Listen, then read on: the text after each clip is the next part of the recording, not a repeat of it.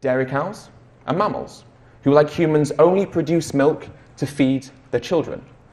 And so what this means is that every single year, year in, year out, farmers will forcibly impregnate the dairy cows to ensure that they're continuously producing a profitable supply of milk. And so the farmer restrains the dairy cow and forces semen inside of her cervix. To tell you about the next part of dairy farming, I want to tell you about a personal experience I had, something that happened to me back in 2017. It was the first time I'd ever visited a dairy farm. And so myself and several others, we kind of just wandered into the farm with the objective of filming, taking pictures, and raising awareness and trying to show people what happens in the dairy industry. Now the farmer, he saw us, and he wasn't particularly bothered by our presence. And so he allowed us to wander around.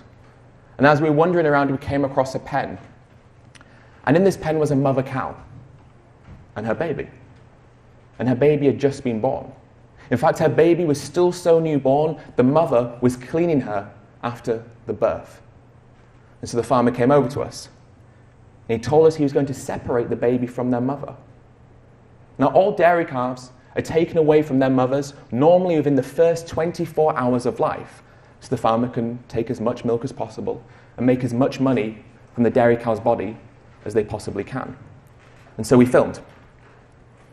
We filmed as the farmer brought in the trolley, and he put the trolley next to the calf.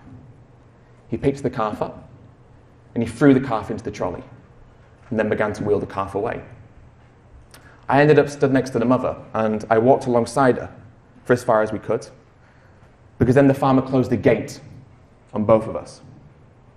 And so I looked at that mother, and I watched her as she watched her baby being taken further and further and further and further and further and further and further away from her. And that was the last time she ever saw her child.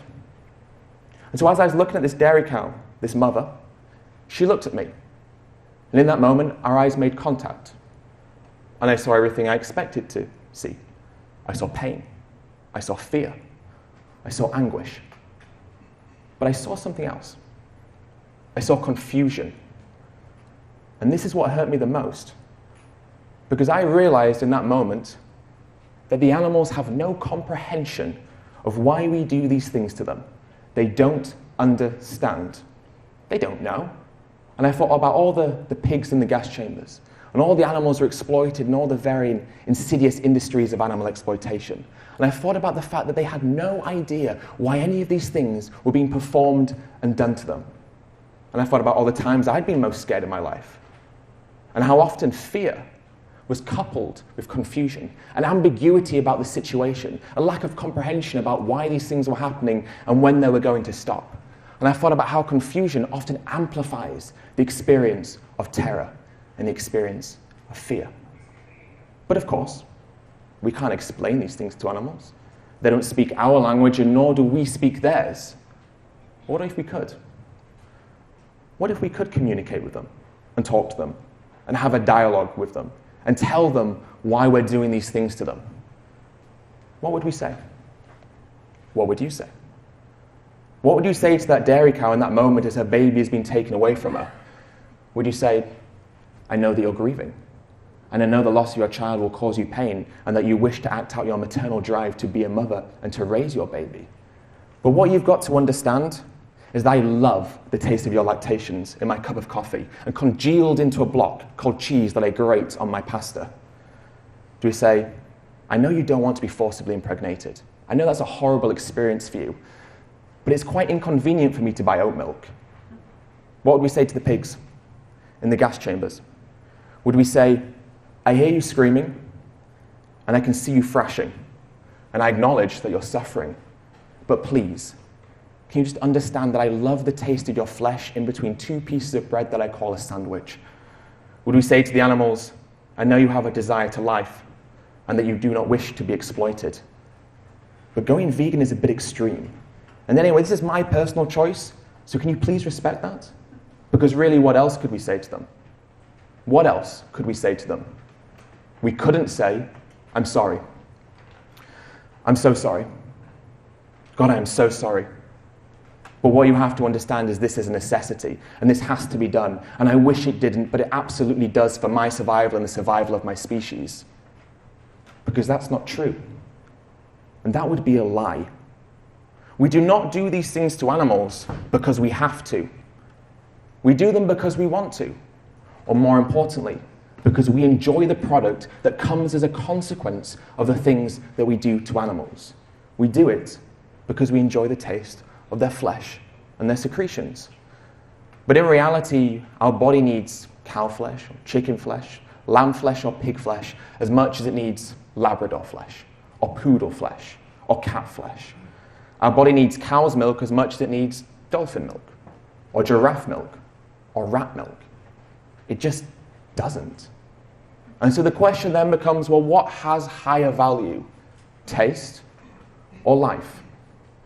Our taste buds or the life of an animal?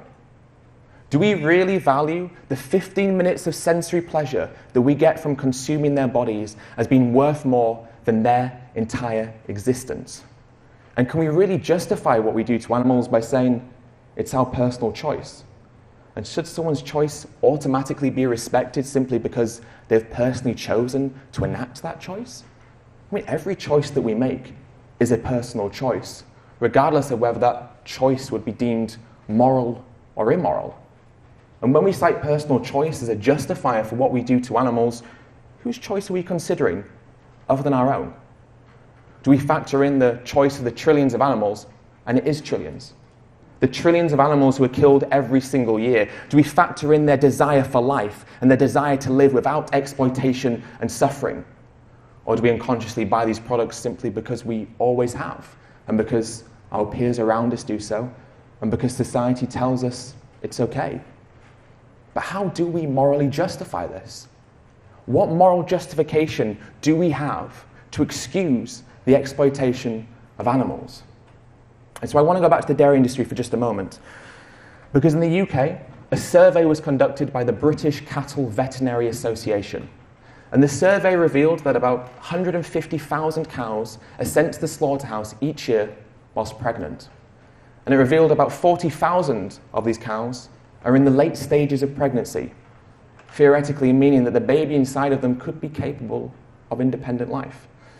Now, there are no legal guidelines to protect unborn animals within the industry, but the RSPCA, which is Britain's leading welfare organisation, has a set of guidelines that it advises that a slaughterhouse should follow in the event of a pregnant cow being brought to their facility. And so those guidelines state that the cow should be killed in the normal way. So a bolt in the head and a knife across their throat. But they're supposed to hang on the bleeding line for at least 5 minutes to try and provide enough time for the baby inside of the mother to die as well. Now, an ex-vet who used to work in UK abattoirs had this to say about her experience of seeing pregnant cows being slaughtered. She said, "Sometimes when the animals are hanging on the bleeding line, you can see their unborn calves kicking inside their mother's wombs.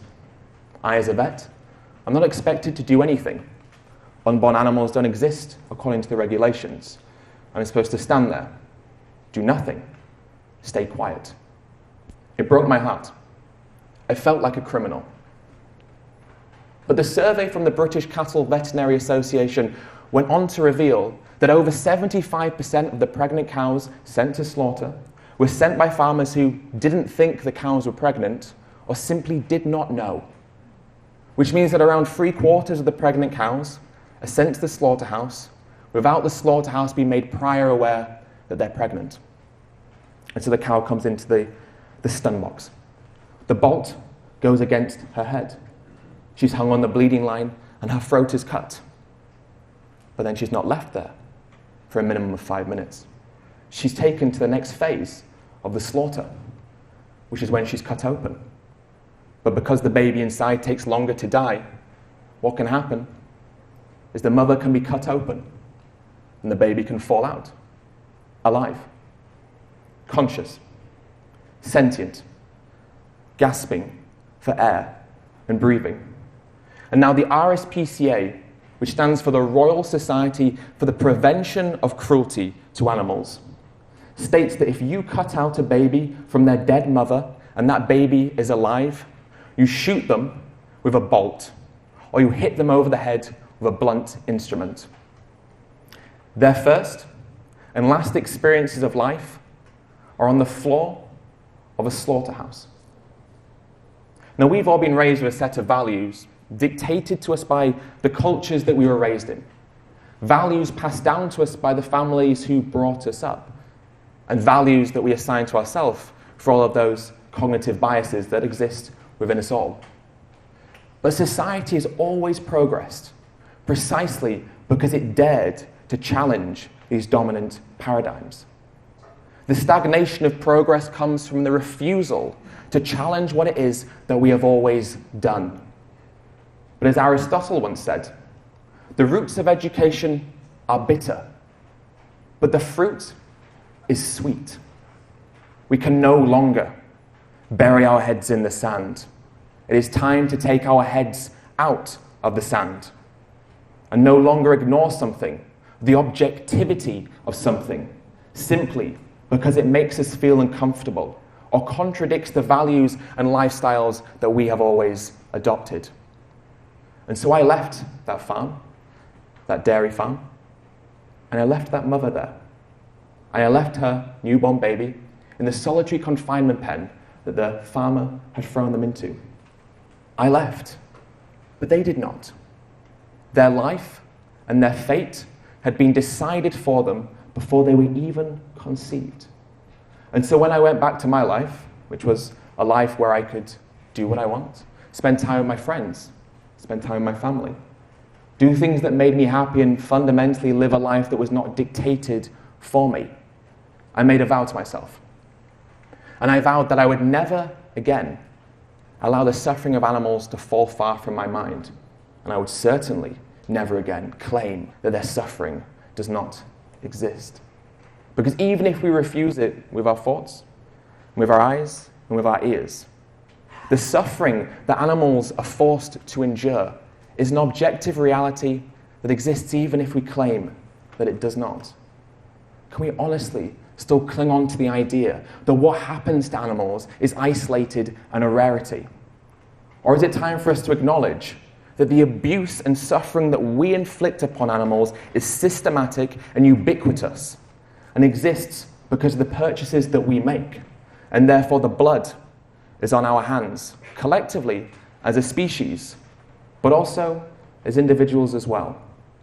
One of the defining characteristics of our species is our ability to evolve and adapt, to learn from our mistakes, and then change accordingly. Morality has always changed. And so, as our understanding and knowledge about the complexity and wonder of life continues to change, so too should our tolerance, our attitude, and our empathy towards those non-human animals who exist on this planet with us and not for us.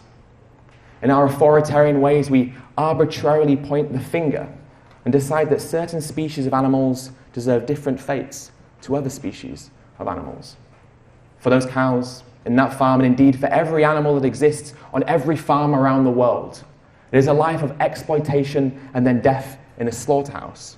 And yet for other animals who are identical in every single way that matters, it's a life of love and companionship in our homes and in our families. And so, of course, as humans, we are very different to the other beings on this planet.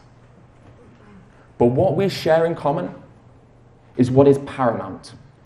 We are all alive. We are conscious. We are sentient. Our experience of life is shown to us by the subjective and individualistic perceptions that we see through the life that we all live. Intrinsically, we all want to live a life free from exploitation, from suffering, and from harm.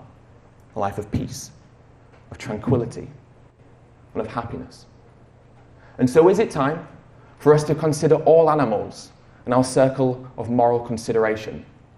To understand that it's not the way that we exploit them that matters, but the fact that we exploit them in the first place, the mentality that allows us to exploit them in the first place.